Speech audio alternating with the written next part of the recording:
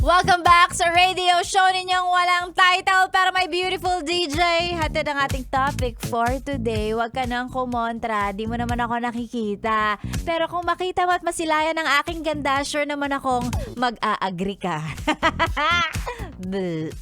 Sexy Megan po ang inyong kasama. And yes, kung gusto mo silayan ng kagandahan ni Sexy Megan, go ahead and check our website, yesthebest.com.ph. You can watch and you can listen live po dyan sa ating website. Ayan, bago ang lahat, bago tayo magtuloy-tuloy sa daldala natin ngayong umaga, ibigay ko na yung ating topic, no?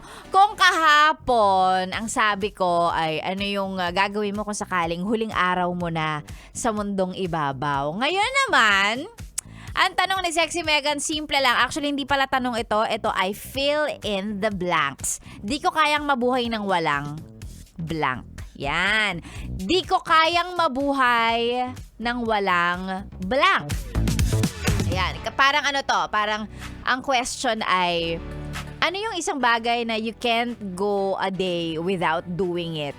Parang ganon. Ano yung bagay na hindi mo talaga kaya na at least dapat sa isang araw, everyday gagawin mo yon or importante yung bagay na yon. So yeah, di ko kayang mabuhay ng walang blank. Ayan, fill in the blanks na lang, okay? Ang mga sagot po ay isend sa ating Facebook page, Yes The Best Manila, or sa page ko para mas maganda mabasa ko kagad.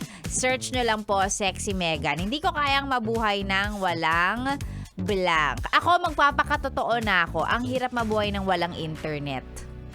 Yan talaga yung akin. Bukod sa, of course, yung obvious reasons na pagkain, tubig, di ba? Alam ko naman yon. Huwag nyo na akong pilosopohin. Tama ba? Huwag na kayo magpaka-pilosopo. Yan. Oo. Ako ang sagot ko dyan, walang internet. Oo. Hindi sa hindi ko kaya, pero ang hirap mabuhay ng walang internet. Lalo na sa panahon ngayon na lahat ng kausap mo nasa Facebook Messenger, nasa Viber, WhatsApp. So pag wala kang internet, sobrang hindi ka connected. 'Di ba? Yung ganon. Wag niyo rin sasabihin sa akin na may load ko naman. May load ka naman, pwede mo silang tawagan. Hindi nga hindi na nga ako nagsisave ng number ngayon ng mga taong nakikilala ko. FB na agad yung tinatanong ko 'di ba? Oh. So paano? So ako, hindi ko talaga kaya. Ang hirap, no? Hindi sa hindi kaya, pero ang hirap. Ang hirap mabuhay ng walang internet talaga. For me, as a millennial. A millennial who's always online. Taray. So ikaw, B, ano sa'yo? Hindi ko kayang mabuhay ng walang blank or ang hirap mabuhay ng walang blank. Yan po ang ating topic. So kung gusto makisali sa usapan, kung nag-a-agree ka sa akin na talagang ang hirap mabuhay ng walang internet, ewan ko, sa akin talaga ganun So yeah.